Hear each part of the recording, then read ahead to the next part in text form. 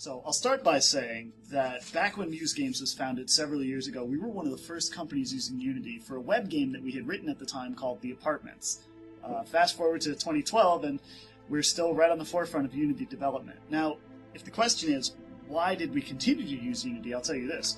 When Unity 4 shipped a couple months ago, it shipped with Linux support, and within 2 weeks of that dropping, our game was shipping on Linux as well. Unity allows us incredible flexibility to move our game from one platform to another and basically follow where our customers want to be. Extending that, we have extensive experience with it, so to throw that away would be sort of not a great idea. I hope this has answered your question, even a little slightly.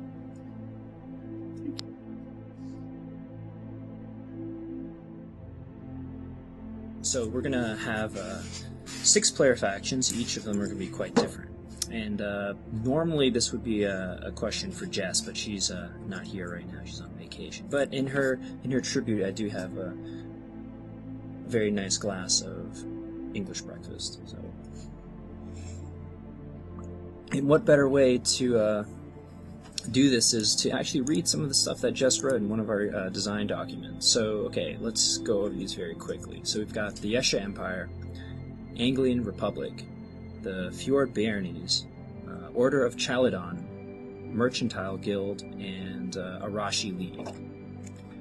So, started off, the Yesha Empire, it says here, Night Sands spread knowledge under their veil. Expansionist nation interested in extending its enlightened rule throughout the world by force if necessary. Culturally Chinese, meritocratic republic ruled by a triumvirate of philosopher consuls.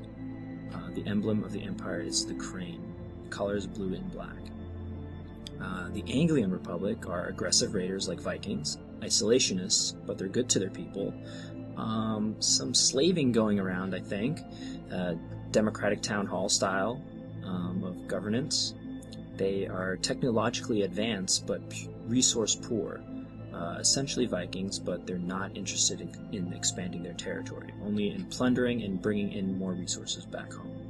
Their emblem is the albatross, and their colors are red and black.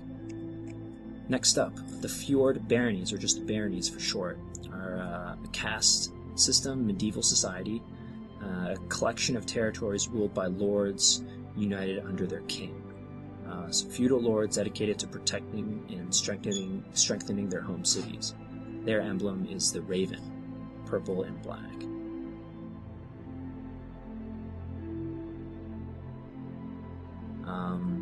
The Order of Chaladon, or just the Order, they're a forest kingdom, predominantly agricultural, bastion of science, culturally similar to the Indians, Southeast Asian, and some colonial British cultural influences. So we get, the big Indian trade companies, stuff like that, I believe. Their emblem is the parrot. Colors green and white. Then we have the Mercantile Guild, or just the Guild. So, cultural mix of Japanese, Russian, and Romanian influences, and they're constantly engaged in war with the Arashi League. So this is where the Dunes comes in, battle in the Dunes, I believe. Their emblem is the swan, and their colors are gold and white. Then the last up is the Arashi League, or just League, and these are the desert dwellers, the scavengers. They are largely independent and heterogeneous city-states struggling for survival in one of the area's most inhospitable regions. Cultural mix from across Western Europe, engaged in war with the Mercantile Guild, as I just said. Again, I'm reading a design document here. Their emblem is the vulture, believe it or not, and their colors are rust and white. Yeah, and those are the 6-player factions that we have planned right now. And hopefully I did Jess a good job here.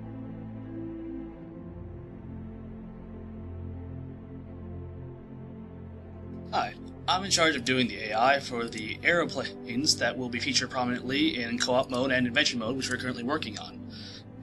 There are a lot of different little hacks and easy shortcuts we could take in order to get this to work, but we want to give you the most fluid motion possible. Therefore, we're simulating things like lift, friction, angle of attack.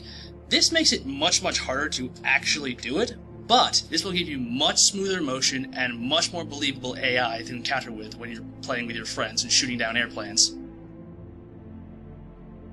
Okay, let's see. Some other questions. Again, these are things that probably Jess should be answering, so I've got a cup of tea, so I can just pretend to be Jess. Alright, one question was, how is world to travel going to work? So, our game, adventure mode, is going to be all about changing the world, traveling from town to town, taking on these missions. So if I was in town A and they say, hey, I've got some of these sheep here, and we need you to take it to the next town, town B. So, okay, I can take that trade mission, and I'll take your sheep over. So I'm going to take the sheep into my cargo hold of my airship and then fly off. But before that, in town B, where I'm going to, there'll be another mission, a raiding mission perhaps. And I can say, oh, there's a raiding mission. I can go steal some sheep. And I can go hop on my airship and attack those guys with those sheep and try to steal them. And that's pretty much how world travel is going to work. And very closely linked into this is someone asked about PvP. Is it going to be like a separate sanctioned off place for PvP, or how's that going to work? Because the mission structure is all about something pops up in town A, a trading mission or something, and then something pops up in town B at the same time, that's pretty much what you're going to see like a in-match lobby in skirmish mode. Teams joining up and forming teams and then going to fight each other. And that's the idea that we have so far. So, there may be instances where Team A only has one human ship, and then Team B over here, they have tons of people playing for them. Maybe this faction is more popular, who knows? So, at least for someone who's responsible for the balance of the game, my first thought, and this is just an idea, is we can use the AI to balance this team. This Team A over here will get a lot more like biplane support, or the AI director on this side will be much smarter. So those are some things that we can do to make the experience a little more level. We don't want the instance where you're just like traveling around the world by yourself, which will be difficult for us at first, depending on how much funding we get. We don't want you to be like wandering around and suddenly out from the bushes comes out at like a level 99 and just like ruins your day. That's not what we're about. Next up, BAUS ships. So I think the question was like, are they faction aligned or something like that? Yeah, definitely. I mean, all of our ships, everything that's in the game has some cultural basis or origin in the world. Like one of these 6 factions here. It all comes from a place. So where these BAUS ships might appear is in some of these game modes that we're planning for co-op with our AR director and stuff like that. Maybe it's sort of like if you think about Left 4 Dead again, you're fighting the tank. Maybe that's the equivalent of a BAUS ship of some sort. Maybe it'll only appear in very, very special game modes where you get further in adventure mode and players are voting for different missions in their factions. So it's more advanced level play, perhaps. Again, these are just ideas, but yeah, the faction ships will be definitely aligned with, BAUS ships will be faction aligned. Another question is, will we be flying the same ships from Skirmish, or will adventure mode have new ships? Let me put this out there. Some players are really concerned, our Skirmish mode players are really concerned that because we're starting work on adventure mode, we're just going to ditch everything we're doing with Skirmish. That is absolutely not the case. Everything that we're doing right now, even with adventure mode, is going to benefit Skirmish in some way or another. Again, adventure mode is a DLC for Skirmish, so there's that obvious link there. So whatever ships that we're building in skirmish mode, whatever ships we're building in adventure mode, not necessarily the gameplay mechanics, because there is a balance issue there, will be, I guess cross-pollination, to put it in some way.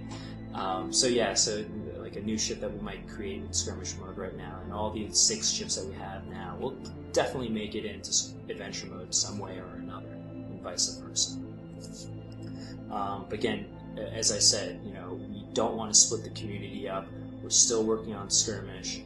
We do want to have some cross-play between skirmish and adventure mode, but again, it's a question of balance. What can we do there? Maybe it's some of the very basic game modes that exist in adventure mode are very similar to the stuff that we have in skirmish. Maybe it's just like a deathmatch sort of thing, like 2 factions just letting off steam, and that's where we can get some cross-play. Another question is airship customization. What can we do here in adventure mode? For me, I think the most interesting thing would be adding in engine customization. That way you can get like a goldfish, but make it move like a squid, perhaps. The thing that'll balance this is weight. Every ship can only hold so much weight, so much cargo. So to get the goldfish moving really, really fast like a squid, you're going to put some heavy engines on that thing, because the goldfish itself has a lot of weight, so it needs that horsepower. So that's an idea that I've been playing with. We actually axed it out of skirmish mode because there was just too much decision making before a match would start. We didn't want to make it into more like RPG. We just wanted like quickly do your loadout, jump into a match, and finish everything within like 15 to 30 minutes. But since it is adventure mode, you're doing a lot more planning. This might be a mechanic that might come back. Another mechanic that might come back is an idea we had for a boiler room on each ship, where the engineer could relay power to different parts of the ship. For example, if you need to defend, you could put all power to shields or something like that, or if you're attacking, put all power to the front gun, left gun, right gun, engines, balloon, whole types of possibilities. So these are the kinds of pre-mission customization with the engines and guns and stuff like that, maybe even different shields or armor or whatever. And then again, with the boiler room, it's customization, further customization within a match or within an organization.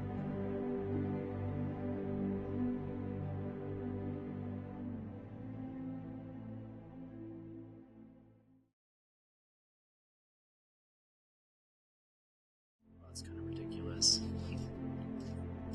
And you're just still using behave to control all this? Yeah.